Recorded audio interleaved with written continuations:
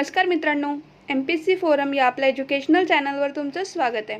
तर मित्रांनो, आजच्या लेक्चरमध्ये आपण पंचवार्षिक योजनेवरील क्वेश्चन्स अँड आन्सर म्हणजे प्रश्न उत्तरे पाहणार आहोत। आणि यापूर्वी आपण टोटल 12 पंचवार्षिक योजना म्हणजे सर्वच्या सर्व पंचवार्षिक योजना डिटेलमध्ये पाहिलेल्या आहेत। जर तुम्ही अजूनही ते लेक्चर्स पाहिले नसतील तर नक्की जाऊन पहा। आणि आज त्याच सर्व पंचवार्षिक योजनेवर आपण क्वेश्चन्स पाहणार आहोत। टोटल 3 पार्टमध्ये आपण क्वेश्चन्स पाहणार आहोत आणि आजच्या पार्टमध्ये टोटल 20 क्वेश्चन्स आहेत विथ डिटेल एक्सप्लेनेशन। आणि ह्या सर्व क्वेश्चनसाठी मी रंजन कोलंबे सरांचा रेफरन्स बुक यूज केलेला आहे। ठीक आहे मित्रांनो, तर चला आपण आजच्या लेक्चरला स्टार्ट करूया। तर पंचवार्षिक योजनेवरील प्रश्न उत्तरे आणि पहिला क्वेश्चन आहे, खालील जोड्या लावा व योग्य पर्याय निवडा।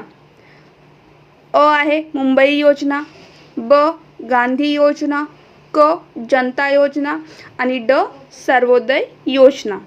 ठीक आहे। आणि त्यानंतर ऑप्शन 1 श्रीमान अग्रवाल, टाटा बिर्ला, 3 जयप्रकाश नारायण आणि 4 मानवेंद्रनाथ रॉय हे आहेत। आणि खाली आहेत ते ऑप्शन्स। तुम्ही व्हिडिओ पॉज करून मित्रांनो स्वतःसुद्धा या क्वेश्चनचे आन्सर देण्याचा ट्राय करा।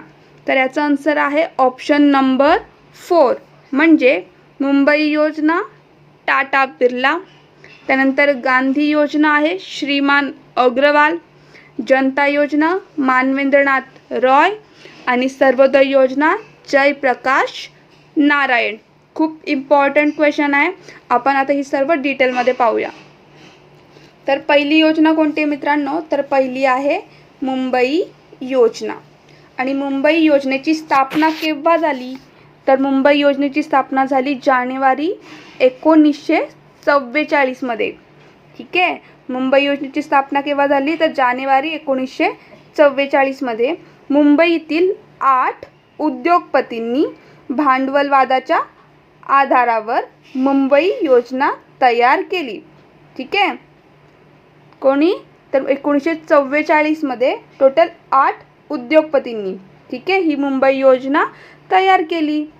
आणि त्यामुळेच या योजनेला टाटा बिर्ला योजना असेही म्हणत, कारण की त्याच्यामध्ये जे उद्योगपती होते त्याच्यामध्ये JR टाटा होते, पुरुषोत्तम ठाकूरदास होते, असे अनेक टोटल 8 उद्योगपती होते, म्हणूनच या योजनेला टाटा बिर्ला योजना असेही म्हणतात। आणि मित्रांनो, ही एक लाईन लक्षात ठेवा की मुंबई योजनेने सर्वप्रथम भारतासाठी मिश्र अर्थव्यवस्थेची संकल्पना मांडली होती। ठीक आहे। एवढे पॉईंट लक्षात ठेवा। स्टार्ट केव्हा झाली? 1944 मध्ये टोटल 8 उद्योगपतींनी ही योजना स्टार्ट केली होती। ठीक आहे। म्हणूनच या योजनेला काय म्हणतात? तर टाटा बिर्ला योजना असेही म्हणतात। आणि मुंबई योजनेने सर्वप्रथम भारतासाठी मिश्र अर्थव्यवस्थेची संकल्पना मांडली होती। एवढे पॉईंट लक्षात ठेवले तरी पुरे आहेत। आता आपण सेकंड योजना पाहूया, ती म्हणजे गांधी योजना। ठीक आहे। तर गांधी योजना ही केव्हा स्टार्ट झाली? तर 1944। ठीक आहे। मुंबई योजना सुद्धा 1944, त्यानंतर गांधी योजना सुद्धा 1944। कोणी? तर श्रीमान नारायण अग्रवाल। ठीक आहे। श्रीमान नारायण अग्रवाल यांनी गांधीजींच्या आर्थिक विचारांवर आधारित गांधी योजना तयार केली होती। लक्षात ठेवा, कोणी? तर श्रीमान नारायण अग्रवाल यांनी 1944 मध्ये गांधीजींच्या आर्थिक विचारांवर आधारित होती ही योजना, म्हणूनच तिला गांधी योजना असे म्हणत। आता आपण थर्ड पाहूया, ती म्हणजे जनता योजना। ठीक आहे। तर जनता योजना केव्हा? तर एप्रिल 1945 मध्ये। सालसुद्धा लक्षात ठेवा। मुंबई योजनासुद्धा 1944 होती, त्यानंतर गांधी योजनासुद्धा 1944 होती, पण जनता योजना कधी होती? तर जनता योजना होती एप्रिल 1945 मध्ये। तर मुंबई योजनेला उत्तर म्हणून मानवेंद्रनाथ रॉय। कोणी?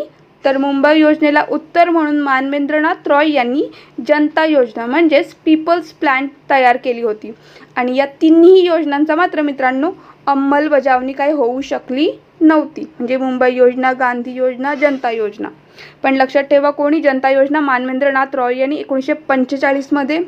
आणि कशासाठी? तर मुंबई योजनेला उत्तर म्हणून ही मानवेंद्रनाथ रॉय यांनी पीपल्स प्लॅन म्हणजे जनता योजना स्टार्ट केली होती। ठीक आहे। आणि या तिन्ही योजना या तिन्ही योजनांची अंमलबजावणी झालेली नव्हती, ही सुद्धा लक्षात ठेवा, होऊ शकली नाही. त्यानंतर फोर्थ कोणती आहे तर सर्वोदय योजना. ठीक आहे, तर सर्वोदय योजना केव्हा तर जानेवारी 1950 साल लक्षात ठेवा. सर्वोदय योजना आहे जानेवारी 1950. कोणी स्टार्ट केली होती तर जयप्रकाश नारायण यांनी सर्वोदय योजना स्टार्ट केली होती, तयार केली होती. काय होतं उद्दिष्ट तर अहिंसात्मक पद्धतीने शोषण विरहित समाज निर्माण करणे हे त्यांचं प्रमुख उद्दिष्ट होते. कसं तर अहिंसात्मक पद्धतीने शोषण विरहित समाज निर्माण करणे हे त्यांचं प्रमुख उद्दिष्ट होतं. म्हणूनच जयप्रकाश नारायण यांनी सर्वोदय योजना केव्हा तर जानेवारी 1950 मध्ये स्टार्ट केली होती.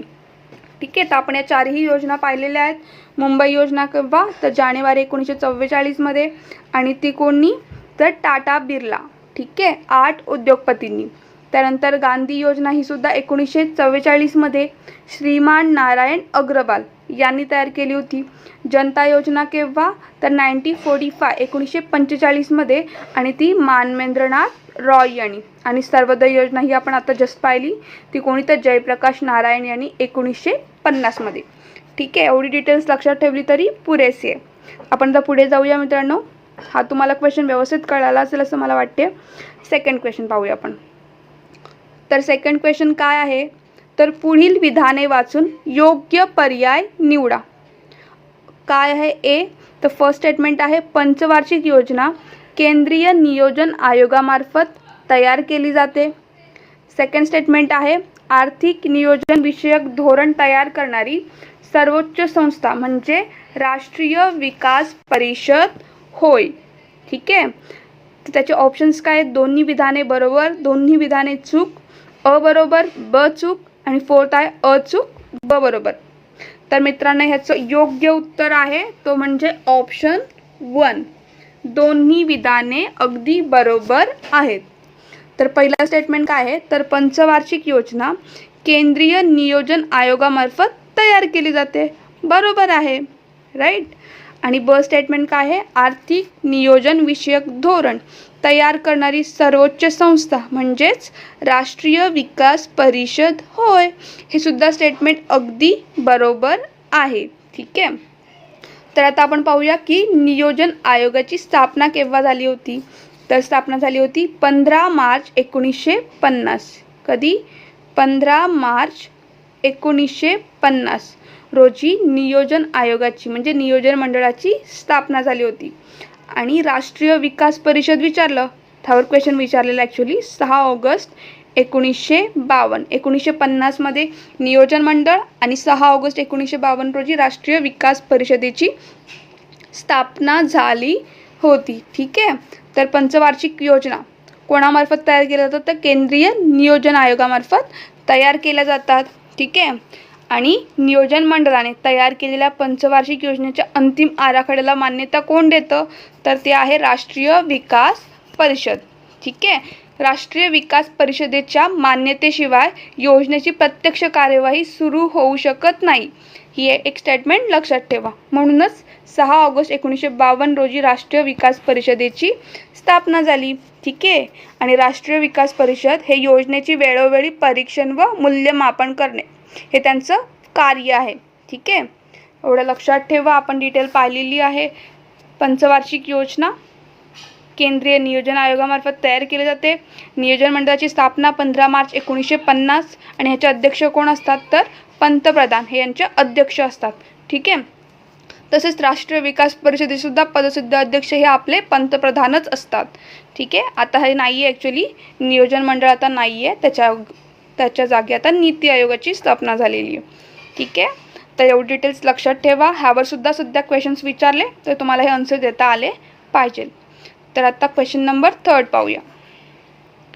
तर क्वेश्चन नंबर 3 काय मित्रांनो तर केंद्रीय नियोजन आयोगाचे स्वरूप डॅश डॅश असे नाही.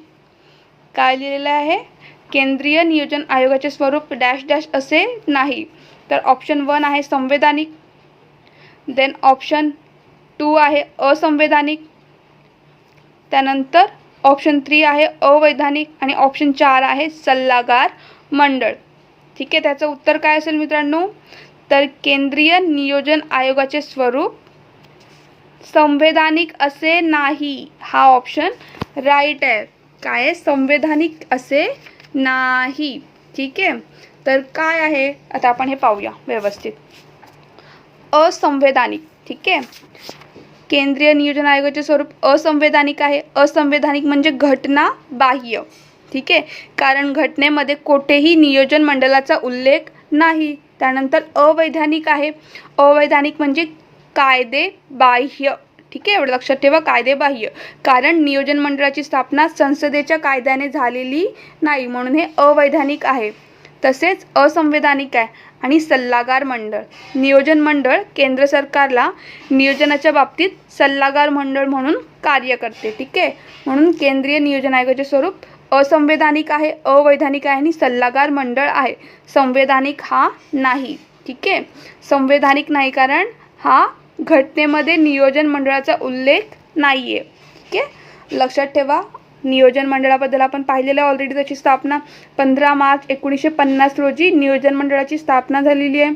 आणि नियोजन मंडळाचे अध्यक्ष कोण असतात? तर पंतप्रधान हे नियोजन मंडळाचे अध्यक्ष असतात. ठीक आहे, आता आपण क्वेश्चन नंबर 4 पाहूया. तर क्वेश्चन नंबर 4 काय आहे? 10व्या पंचवार्षिक योजनेदरम्यान कोणत्या क्षेत्रात सर्वाधिक आर्थिक वृद्धी दर झाला? ठीक आहे, काय विचारले? तर 10व्या पंचवार्षिक योजनेदरम्यान कोणत्या क्षेत्रात सर्वाधिक आर्थिक वृद्धी दर झाला? तर ऑप्शन 1 आहे कृषी क्षेत्र, उद्योग क्षेत्र, कारखानदारी क्षेत्र आणि ऑप्शन नंबर 4 आहे तर सेवा क्षेत्र. ठीक आहे, तर ह्याचं उत्तर काय आहे? तर उत्तर आहे सेवा क्षेत्र. 10व्या पंचवार्षिक योजनेदरम्यान कोणत्या क्षेत्रात सर्वाधिक आर्थिक वृद्धी दर झाला असं विचारलं तर त्याचं उत्तर काय आहे मित्रांनो? तर उत्तर आहे सेवा क्षेत्र. ठीक आहे, आता आपण ह्याची डिटेलमध्ये सुद्धा आपण आता पाहूया. तर 10व्या पंचवार्षिक योजनेदरम्यान सेवा क्षेत्रात सर्वाधिक आर्थिक वृद्धी दर साध्य झाला होता आणि तो किती होता? तर होता 9.3%. ठीक आहे, किती सेवा क्षेत्रामध्ये? तर 9.3% इतका साध्य झाला होता. कोणत्या पंचवार्षिक योजनेमध्ये? तर 10व्या पंचवार्षिक योजनेमध्ये. तर बाकीचे ऑप्शन पाहूया. तर पहिलं आहे कृषी क्षेत्र. तर कृषी क्षेत्रामध्ये तर कोणत्या? तर पहिल्या 10 योजनांपैकी कृषी क्षेत्राचा सर्वाधिक सरासरी वृद्धी दर जर विचारला तर तो आहे 6व्या योजनेमध्ये. ठीक आहे, 6वी योजना आहे त्याच्यामध्ये कृषी क्षेत्रात सर्वाधिक सरासरी वृद्धी दर झाला होता आणि तो किती होता मित्रांनो? तर 5.6%. ठीक आहे, कृषी क्षेत्राबद्दल विचारला तर 6वी योजना आणि तो आहे 5.6%. आणि उद्योग क्षेत्रामध्ये जर विचारला तर उद्योग क्षेत्राचा सर्वाधिक सरासरी वृद्धी दर 3ऱ्या योजनेत झाला होता आणि तो किती होता?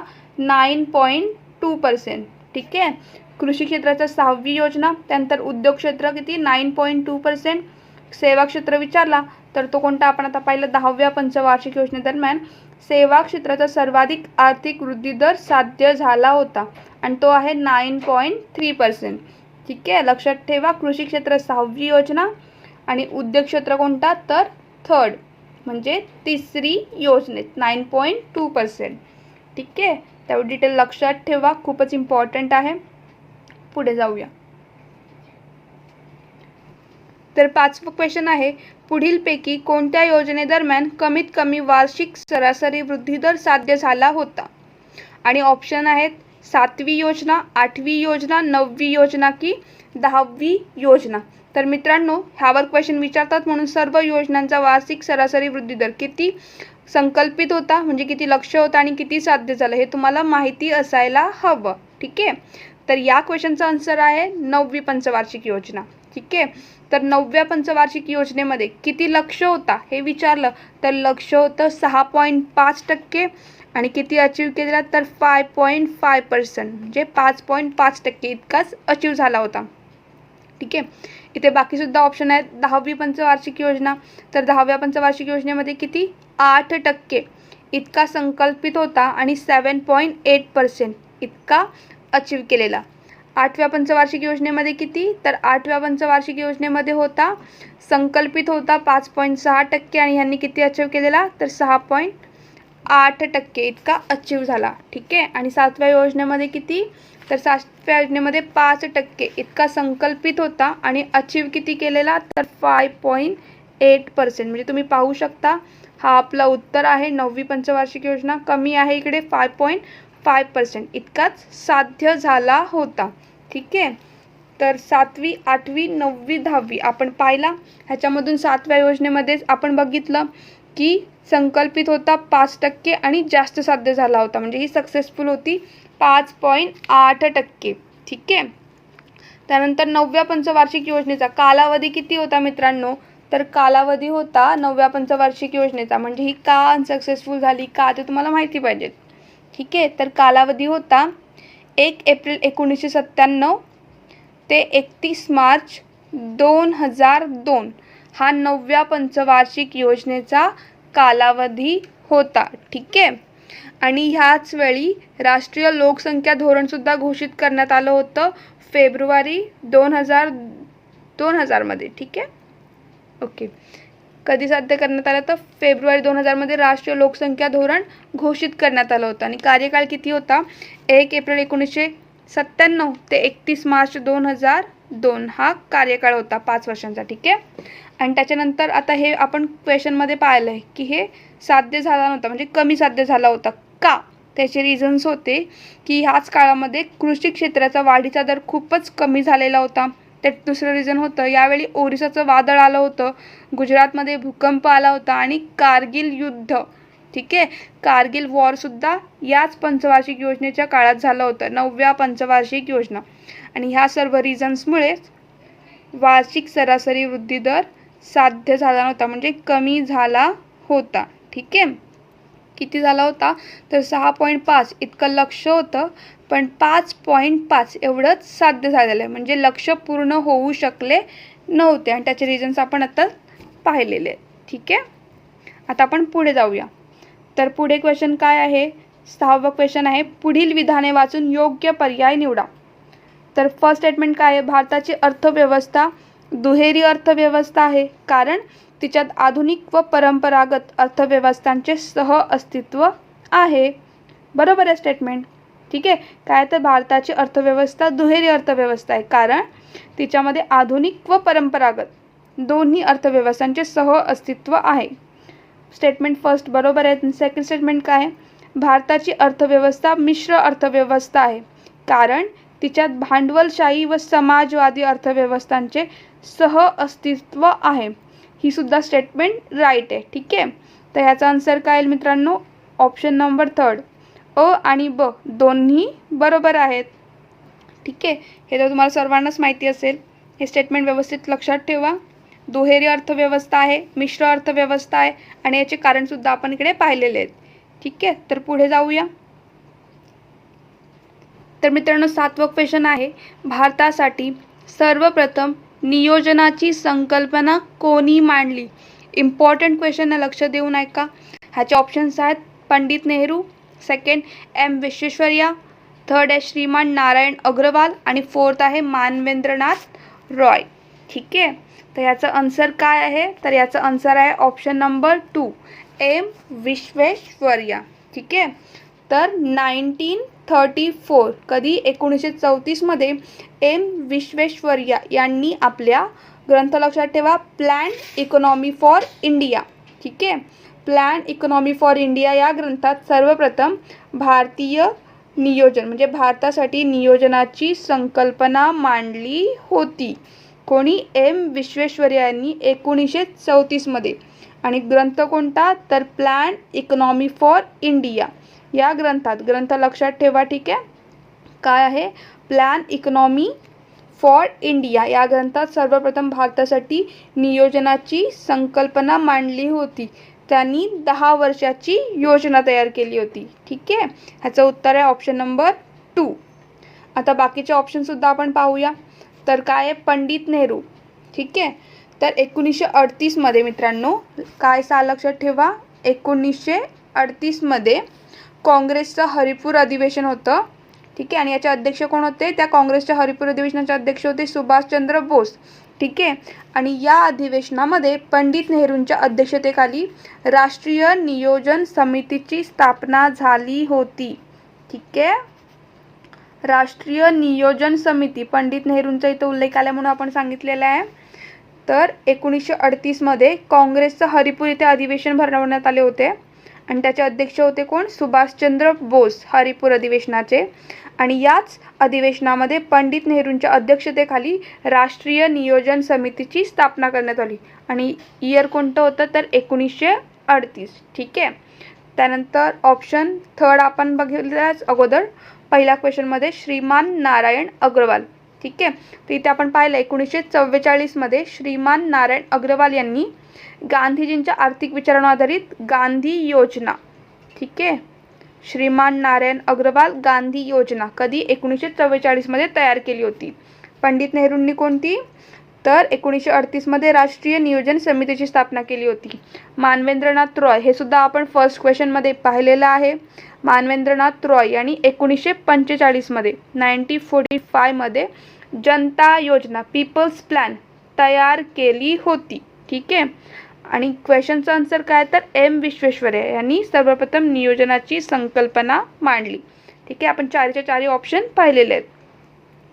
आता आपण 8वं क्वेश्चन पाहूया. 1936 मध्ये नियोजन करा अन्यथा नष्ट व्हा हा संदेश कोणी दिला?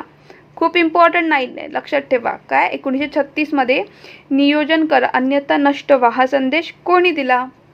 तर आत्ताच आपण 7व्या क्वेश्चनमध्ये पाहिलेलं आहे. ठीक आहे. 1934 मध्ये एम विश्वेश्वरय्या यांनी आपल्या प्लॅन इकॉनॉमी फॉर इंडिया या ग्रंथात सर्वप्रथम भारतासाठी नियोजनाची संकल्पना मांडली होती. हे आपण आत्ताच 7व्या क्वेश्चनमध्ये पाहिले. ठीक आहे. आणि त्यांनीच कोणी? तर एम विश्वेश्वरय्या यांनीच 1936 मध्ये नियोजन करा किंवा नष्ट व्हा, प्लॅन और पेरिश असा संदेश दिला. ठीक आहे. ह्याचा आन्सर सुद्धा काय आहे? Option number 2 M Visvesvaraya. लक्षात ठेवा, ह्याचं सुद्धा एम विश्वेश्वरय्या आणि ह्याचं सुद्धा एम विश्वेश्वरय्याच आहे.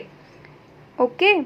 तर लक्षात ठेवा, मी जो दोन्ही सांगितले ते 1934 मध्ये प्लॅन इकॉनॉमी फॉर इंडिया हा ग्रंथ होता आणि त्यांनीच आपल्या ग्रंथामध्ये नियोजनाची संकल्पना मांडली आणि 1936 मध्ये त्यांनीच नियोजन करा किंवा नष्ट व्हा असा संदेशसुद्धा दिला आहे. ठीक आहे. दोन्ही क्वेश्चन खूपच इम्पॉर्टंट आहेत. पुढे जाऊया. तर 9वा क्वेश्चन आहे, पुढील विधाने वाचून योग्य पर्याय निवडा. तर अ स्टेटमेंट आहे, भारतातील नियोजन यंत्रणा विकेंद्रीकृत पद्धतीने कार्य करते. ठीक आहे. आणि ब स्टेटमेंट आहे, ही यंत्रणा राष्ट्र, राज्य व जिल्हा अशा 3 स्तरांवर कार्य करते. आणि ह्याचा आन्सर आहे ऑप्शन नंबर 3 अ व ब ह्या दोन्ही स्टेटमेंट राईट आहेत. काय फर्स्ट स्टेटमेंट आहे की भारतातील नियोजन यंत्रणा ह्या विकेंद्रीकृत पद्धतीने कार्य करते, बरोबर आहे. आणि ही यंत्रणा राष्ट्र म्हणजे केंद्र, त्यानंतर स्टेट्स राज्य व जिल्हा डिस्ट्रिक्ट अशा 3 स्तरांवर कार्य करते. ह्या दोन्ही स्टेटमेंट अगदी बरोबर आहेत. तर 10वे क्वेश्चन काय मित्रांनो? तर 10वा क्वेश्चन आहे, अयोग्य विधाने निवडा. क्वेश्चन नीट रीड करा. काय आहे? तर अयोग्य विधाने निवडा. तर अ स्टेटमेंट काय आहे? नियोजन मंडळाची रचना, सदस्य संख्या तसेच सदस्य पात्रता इत्यादी बाबी निश्चित नसतात. सेकंड स्टेटमेंट आहे, नियोजन मंडळावर वित्त मंत्रालयाचे नियंत्रण असते. थर्ड स्टेटमेंट आहे, नियोजन मंडळाला घटनात्मक दर्जा आहे.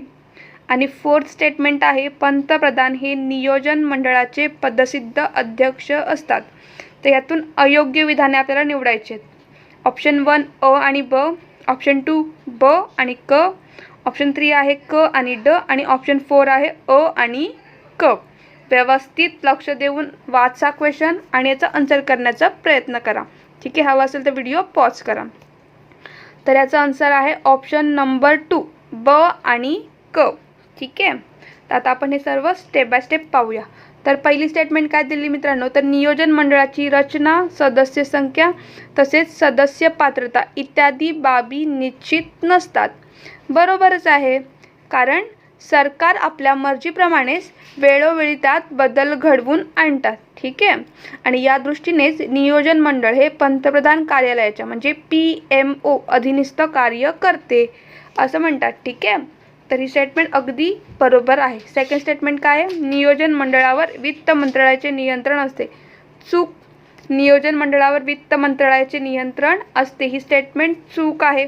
त्यानंतर ऑप्शन थर्ड स्टेटमेंट काय तर नियोजन मंडळाला घटनात्मक दर्जा आहे. हे सुद्धा अगदी चूक आहे. आपण हे फर्स्ट क्वेश्चनमध्येच पाहिले, फर्स्ट और सेकंड. नियोजन मंडळाला घटनात्मक दर्जा आहे का? तर नाही. ही घटना बाह्य आहे म्हणजे असंवैधानिक आहे, कारण घटनेमध्ये नियोजन मंडळाचा उल्लेखच नाही आहे. त्याशिवायच ही अवैधानिक सुद्धा आहे, कारण नियोजन मंडळाची स्थापना संसदेच्या कायद्याने करण्यात आलेली आहे, म्हणजे कायदे बाह्य आहे.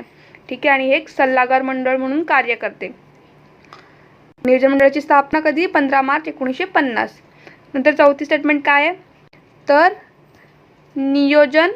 पंतप्रधान हे नियोजन मंडळाचे पदसिद्ध अध्यक्ष असतात. बरोबर आहे. पंतप्रधान हेच नियोजन मंडळाचे पदसिद्ध अध्यक्ष असतात. हे सुद्धा आपण पाहिलेले आहे. ठीक आहे. तर याच्यातले स्टेटमेंट कोणत्या रॉंग आहेत? ब आणि क हे दोन्ही स्टेटमेंट रॉंग आहेत. ओके. तर हा क्वेश्चन समजला असेल. पुढे जाऊया आपण 11वा क्वेश्चन बघूया. तर 11वा क्वेश्चन काय आहे तर राष्ट्रीय विकास परिषदेचे पदसिद्ध अध्यक्ष पंतप्रधान असतात आणि ह्यामध्ये सुद्धा आपल्याला अयोग्य विधानेच निवडायचे आहेत. ठीक आहे.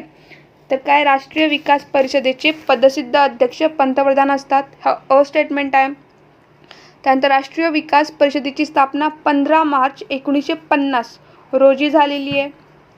त्यानंतर क आहे राष्ट्रीय विकास परिषद वर्षभर काम करणारी संस्था आहे. ठीक आहे. आणि चौथं स्टेटमेंट काय तर राज्याचे मुख्यमंत्री हे राष्ट्रीय विकास परिषदेचे सदस्य असतात. ठीक आहे. तर ह्याच्यातून आपल्याला अयोग्य विधाने निवडायची आहेत. तर पहिला काय तर राष्ट्रीय विकास परिषदेचे पदसिद्ध अध्यक्ष कोण असतात? पंतप्रधान. अगदी बरोबर आहे. राष्ट्रीय विकास परिषदेचे पदसिद्ध अध्यक्ष पंतप्रधान हेच असतात आणि हेच नियोजन मंडळाचे सुद्धा अध्यक्ष असतात. त्यानंतर सेकंड स्टेटमेंट काय दिले तर राष्ट्रीय विकास परिषदेची स्थापना 15 मार्च 1950 रोजी झाली. चूक. आपण ऑलरेडी पाहिलेलं आहे. तर स्थापना केव्हा झाली? 6 ऑगस्ट 1952 मध्ये स्थापना झालेली आहे. ठीक आहे. हे 52 आहे. राष्ट्रीय विकास परिषदेची स्थापना 6 ऑगस्ट 1952 मध्ये झाली, म्हणजे ब स्टेटमेंट रॉंग आहे. त्यानंतर थर्ड काय राष्ट्रीय विकास परिषद वर्षभर काम करणारी संस्था आहे. ही सुद्धा स्टेटमेंट चूक आहे. राष्ट्रीय विकास परिषद ही वर्षभर काम करणारी संस्था नाही. वर्षातून तिच्या कमीत कमी 2 सभा व्हाव्या अशी अपेक्षा असते. किती? कमीत कमी 2 सभा व्हाव्या अशी अपेक्षा असते. वर्षभर काम करणारी संस्था नाही. आणि ड स्टेटमेंट काय तर राज्याचे मुख्यमंत्री राष्ट्रीय विकास परिषदेचे सदस्य असतात. ठीक आहे. आणि हे राईट स्टेटमेंट. घटक राज्यांचे मुख्यमंत्री हे राष्ट्रीय विकास परिषदेचे सदस्य असतात. याशिवाय सर्व केंद्रीय कॅबिनेट मंत्री हे सुद्धा सदस्य असतात. केंद्रशासित प्रदेशांचे प्रशासक हे सुद्धा सदस्य असतात आणि नियोजन मंडळाचे सर्व सदस्य हे सुद्धा राष्ट्रीय विकास परिषदेचे सदस्य असतात. ठीक आहे. तर ह्याच्यामध्ये क्वेश्चन काय होतं? अयोग्य विधाने निवडा, म्हणजे ह्याचं उत्तर असेल ऑप्शन नंबर 2. ब आणि क हे दोन्ही स्टेटमेंट्स अयोग्य आहेत.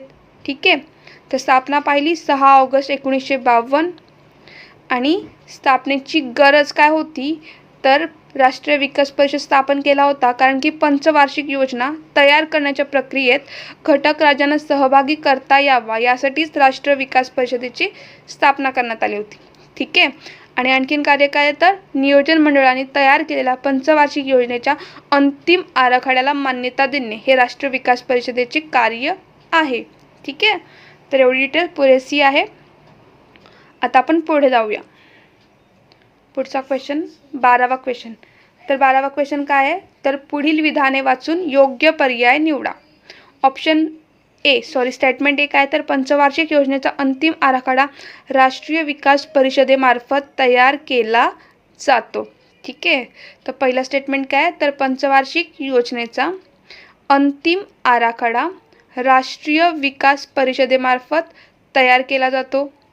आणि स्टेटमेंट ब काय आहे तर पंचवार्षिक योजनेच्या अंतिम आराखड्याला मान्यता नियोजन मंडळामार्फत दिली जाते. ठीक आहे, तर ह्याचं उत्तर काय आहे मित्रांनो? तर तुम्ही आत्तापर्यंत जरी मी जे काही सांगितलं ते व्यवस्थित ऐकलं असेल तरीही तुम्ही याचा आन्सर देऊ शकता. तर ह्या दोन्ही स्टेटमेंट रॉंग आहेत. ह्याचं ऑप्शन 4 अ आणि ब हे दोन्ही चूक, हे त्याचं उत्तर आहे. तर आत्ताच आपण पाहिलं की काय आहे, तर ब स्टेटमेंट काय, तर पंचवार्षिक योजनेच्या अंतिम आराखड्याला मान्यता नियोजन मंडळामार्फत दिली जाते. चूक. कोण देते? तर राष्ट्रीय विकास परिषद देते. जस्ट आता आपण पाहिलं 11व्या क्वेश्चनमध्ये. तर हे स्टेटमेंट चूक आहे. त्यानंतर पहिला आहे पंचवार्षिक योजनेचा अंतिम आराखडा राष्ट्रीय विकास परिषदेमार्फत तयार केला जातो. हे सुद्धा चूक आहे. कोणामार्फत तयार केला जातो? तर नियोजन मंडळामार्फत तयार केला जातो. ठीक आहे, आणि मान्यता कोण देते? तर राष्ट्रीय विकास परिषद. ठीक आहे, तर हे दोन्ही स्टेटमेंट चूक आहेत. करेक्शन करून घ्या, व्यवस्थित लक्षात ठेवा. कोण तयार करतं? तर तयार नियोजन मंडळामार्फत केला जातो आणि मान्यता कोण देते? तर मान्यता राष्ट्रीय विकास परिषदेमार्फत. ठीक आहे, तर पुढचा क्वेश्चन पाहूया. तर क्वेश्चन नंबर 13, 13वा क्वेश्चन आहे, भारतातील नियोजन यंत्रणेच्या कोणत्या स्तराला घटनात्मक दर्जा आहे? तर ऑलरेडी 3 स्तर आपण पाहिलेले आहेत. कोणते? केंद्रीय स्तर, राज्य स्तर आणि जिल्हा स्तर. ठीक आहे, तर या 3 स्तरामधून कोणत्या स्तराला घटनात्मक दर्जा आहे? तर याचा आन्सर आहे मित्रांनो केवळ आणि केवळ क. हे सुद्धा आपण पाहिलेलं आहे. जर तुम्ही नीट लेक्चर म्हणजे मी जे क्वेश्चन सांगितले आणि त्याचं एक्सप्लेनेशन सांगितलं ते ऐकलं असेल तरीही तुम्ही ह्याचा आन्सर देऊ शकता. काय? तर ऑप्शन नंबर क. आणि ही कोणत्या घटना दुरुस्तीने? तर घटनेच्या 74th, ठीक आहे, 74व्या घटना दुरुस्तीने जिल्ह्यातील नियोजन यंत्रणेला घटनात्मक दर्जा मिळवून दिला. कोणत्या? तर 74व्या घटना दुरुस्तीने. आणि या घटना दुरुस्तीनेच घटनेत कलम 243 ZD, कोणतं कलम आहे? 243 ZD हे कलम नव्याने टाकण्यात आले आणि त्यानुसारच देशातील सर्व जिल्ह्यात जिल्हा नियोजन समितीची स्थापना करण्यात यावी अशी तरतूद करण्यात आली. ठीक आहे, तर याचं उत्तर काय आहे? तर ऑप्शन नंबर 4 केवळ क. भारतातील नियोजन यंत्रणेच्या कोणता स्तर? तर जिल्हास्तरीय स्तरालाच घटनात्मक दर्जा आहे. आणि या कोणत्या घटना दुरुस्तीने दिला? तर 74व्या घटना दुरुस्तीने. क्वेश्चन नंबर 14, महाराष्ट्रात जिल्हा नियोजन व विकास मंडळाचे अध्यक्ष कोण असतात? 4 ऑप्शन्स आहेत. पालकमंत्री, मुख्यमंत्री, नियोजन मंत्री की वित्त मंत्री? तर याचा आन्सर आहे ऑप्शन नंबर 1 पालकमंत्री. महाराष्ट्रात जिल्हा नियोजन व विकास मंडळाचे अध्यक्ष पालकमंत्री हे असतात. पुढचा क्वेश्चन पाहूया. क्वेश्चन नंबर 15 आहे.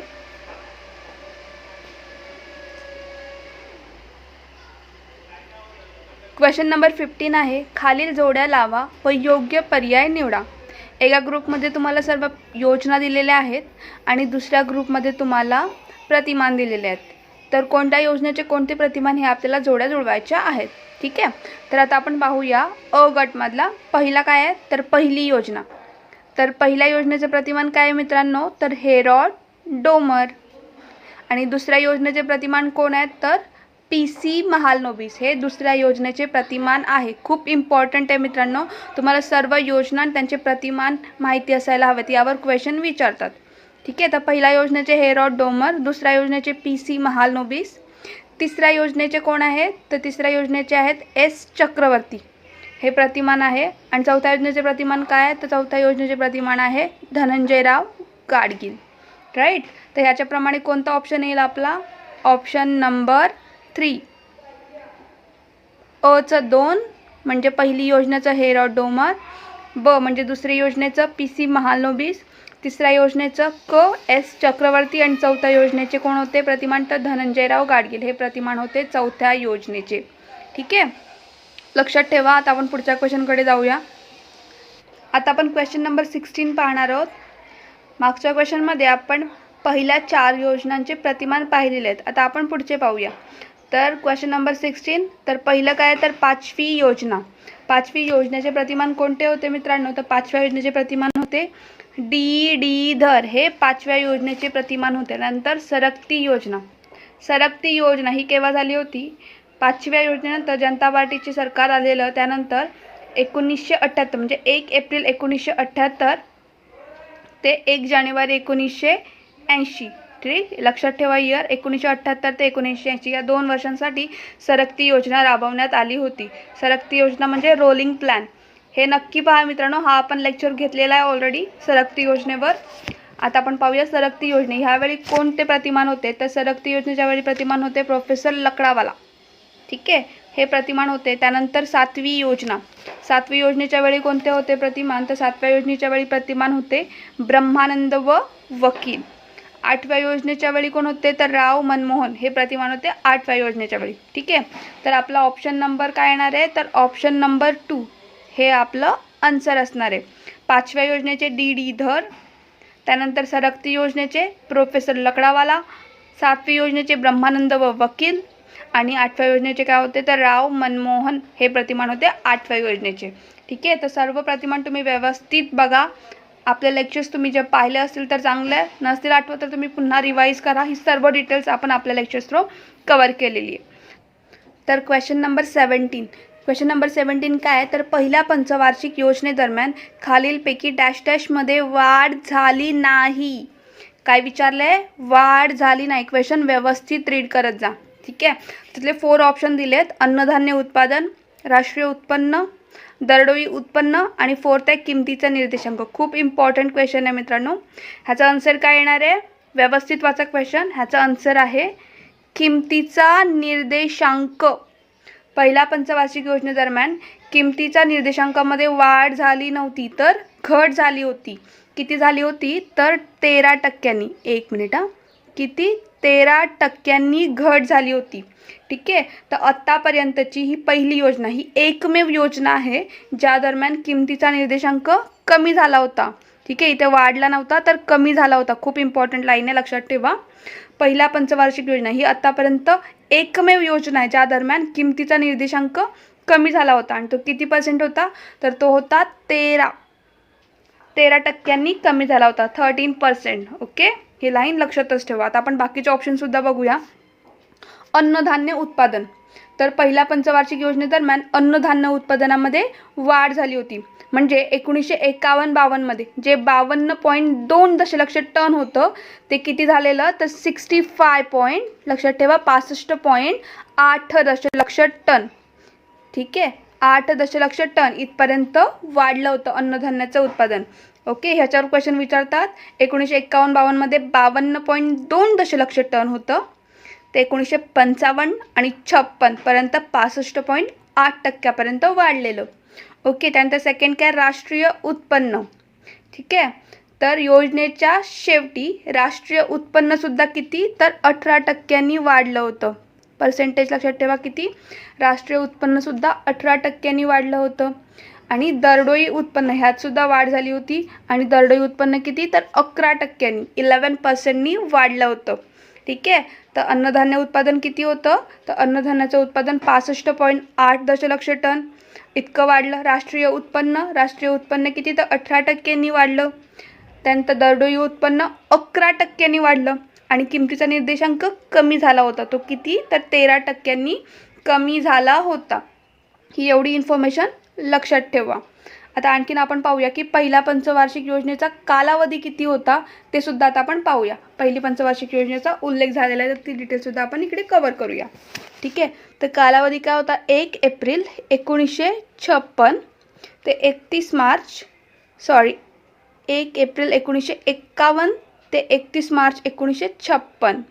ठीक आहे, 1951 ते 56 हा कालावधी होता पहिल्या पंचवार्षिक योजनेचा. लक्षातच ठेवा 1 एप्रिल 1951 ते 31 मार्च 1956. ठीक आहे, आणि या योजनेचा भर कशावर होता? मुख्य भर होता कृषीवर. या योजनेचा मुख्य भर होता कृषी क्षेत्रावर.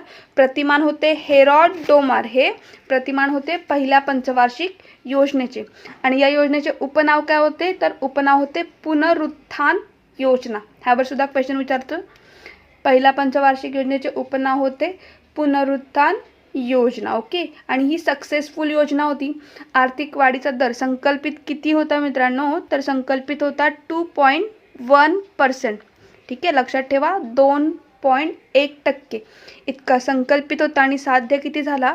तर 3.6. यावर क्वेश्चन विचारतात 3.6% इतका साध्य झाला होता. म्हणजे ही मोस्ट सक्सेसफुल होती पंचवार्षिक योजना पहिली.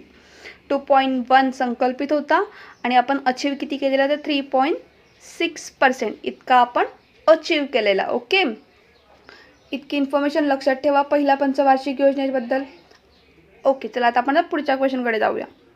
तर पुढचा क्वेश्चन काय आहे तर पहिल्या पंचवार्षिक योजनेदरम्यान खालीलपैकी कोणते प्रकल्प सुरू करण्यात आले होते.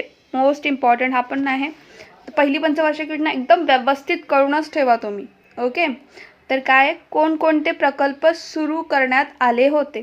तर पहिला काय दिलं आहे भाकरा नांगल प्रकल्प. हो, भाकरा नांगल प्रकल्पसुद्धा पहिल्या पंचवार्षिक योजनेमध्ये स्टार्ट करण्यात आले होते. कोणत्या नदीवर तर भाकरा नांगल प्रकल्प होता सतलज नदीवर. सतलज नदी कुठे आहे तर हिमाचल प्रदेश आणि पंजाबमध्ये सतलज नदीवर हा प्रकल्प उभारण्यात आला होता, भाकरा नांगल प्रकल्प. त्यानंतर सेकंड काय आहे तर सेकंड आहे सिंद्री खत कारखाना. हो, सिंद्री म्हणजे झारखंड मध्ये सिंद्री येथे खत कारखाना सुद्धा स्टार्ट करण्यात आला होता पहिल्या पंचवार्षिक योजनेदरम्यानच. ठीक आहे.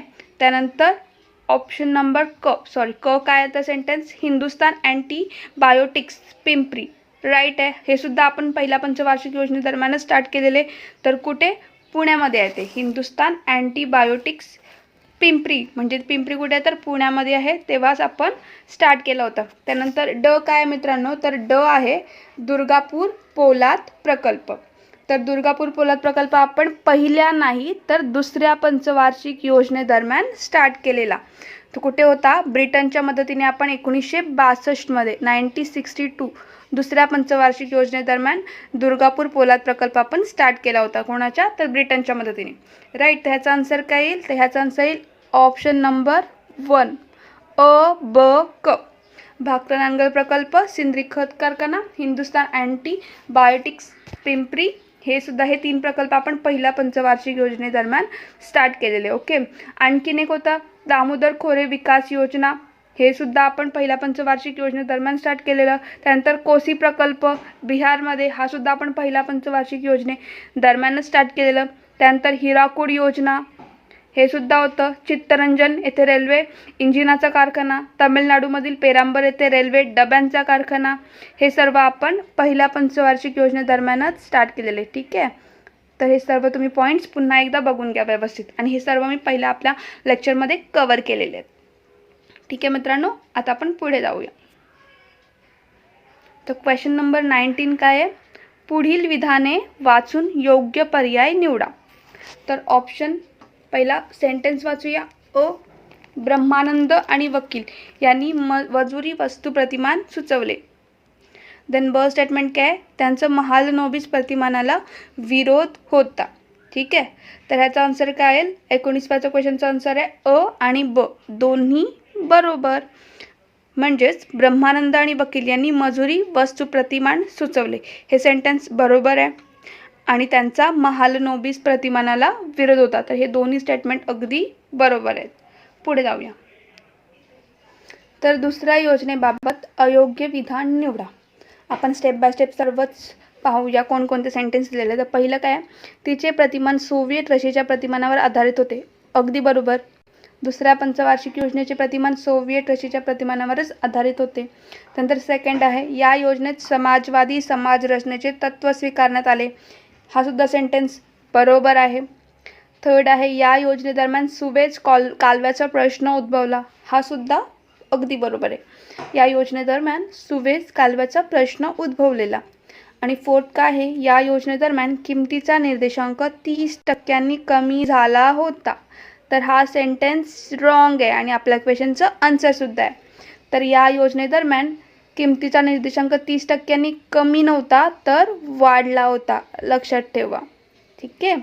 दुसऱ्या पंचवार्षिक योजनेदरम्यान किमतीचा निर्देशांक 30% वाढला होता. आता आपण दुसरी पंचवार्षिक योजनेचा उल्लेख झालेलाच आहे तर आपण थोडी त्याच्याबद्दल माहितीसुद्धा पाहूया. कालावधी काय होता तर 1 एप्रिल 1956 ते 31 मार्च 1961 या 5 वर्षाचा कालावधी होता दुसऱ्या पंचवार्षिक योजनेचं. मुख्य भर कशावर होतं तर जड व मूलभूत उद्योग हे दुसऱ्या पंचवार्षिक योजनेचं मुख्य भर होतं. प्रतिमान होतं PC महालनोबिस हे प्रतिमान होते दुसऱ्या पंचवार्षिक योजनेचे. ओके. त्यानंतर किमतीचा निर्देशांक 30% वाढला होता. याबरोबरच आपण पाहिलेलं आहे की सोव्हिएत रशियाच्या प्रतिमानावरच ही पंचवार्षिक योजना आधारित होती. समाजवादी समाजरचनेचे तत्त्व स्वीकारण्यात आले होते. त्यानंतर आपण मागच्या लेक्चरमध्ये पाहिले जसे भिलाई पोलाद प्रकल्प रशियाच्या मदतीने 1959मध्ये पहिलं काय तर भिलाई पोलाद प्रकल्प स्टार्ट केलेला रशियाच्या मदतीने. सेकंड आहे रूरकेला पोलाद प्रकल्प जर्मनीच्या मदतीने. त्यानंतर दुर्गापूर पोलाद प्रकल्प हा सुद्धा स्टार्ट केला होता ब्रिटनच्या मदतीने. मी जे सांगते तुम्हाला ते इम्पॉर्टंट वाटतील त्या तुम्ही नोट डाऊनसुद्धा करून घ्या, ठीक आहे. आणि तुम्ही हे सर्व इन्फॉर्मेशन आपल्या लेक्चर्सवरसुद्धा बघू शकता. मी तिकडे व्यवस्थित एक्सप्लेन केलेलंच आहे. ओके.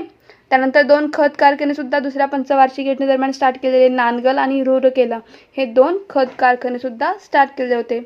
त्यानंतर वाढीचा दर 4.21 4.21% इतका संपादित केला गेला होता. पोलाद उद्योगाची विशेष वाढ झाली होती दुसऱ्या पंचवार्षिक योजनेदरम्यान. सामाजिक क्षेत्रामध्ये शिक्षण आरोग्य सेवामध्ये सुद्धा वाढ झाली होती. पण समाजवादी समाजरचनेचे तत्त्व हे त्यांना गाठण्यात अपयश आले होते. हे सुद्धा तितकंच महत्त्वाचं आहे, ठीक आहे. तर मित्रांनो आपण 20 क्वेश्चन्स या लेक्चरमध्ये पाहिलेले आहेत. आता पुढचे 20 क्वेश्चन आपण दुसऱ्या पार्टमध्ये कव्हर करणार आहोत आणि त्याच्यानंतर आपण टोटल 3 पार्टमध्ये हे लेक्चर सिरीज कव्हर करणार आहोत, ठीक आहे. तर हा आपला लेक्चर आजचा झालेला आहे मित्रांनो. तुम्हाला हा लेक्चर कसा वाटला, युजफुल वाटला असेल तर नक्कीच मला कमेंट करून सांगा आणि आपल्या चॅनलला सबस्क्राईब करा, आपल्या व्हिडिओला लाईक करा, ठीक आहे. तर आता भेटूया पुढच्या लेक्चरमध्ये. थँक्यू.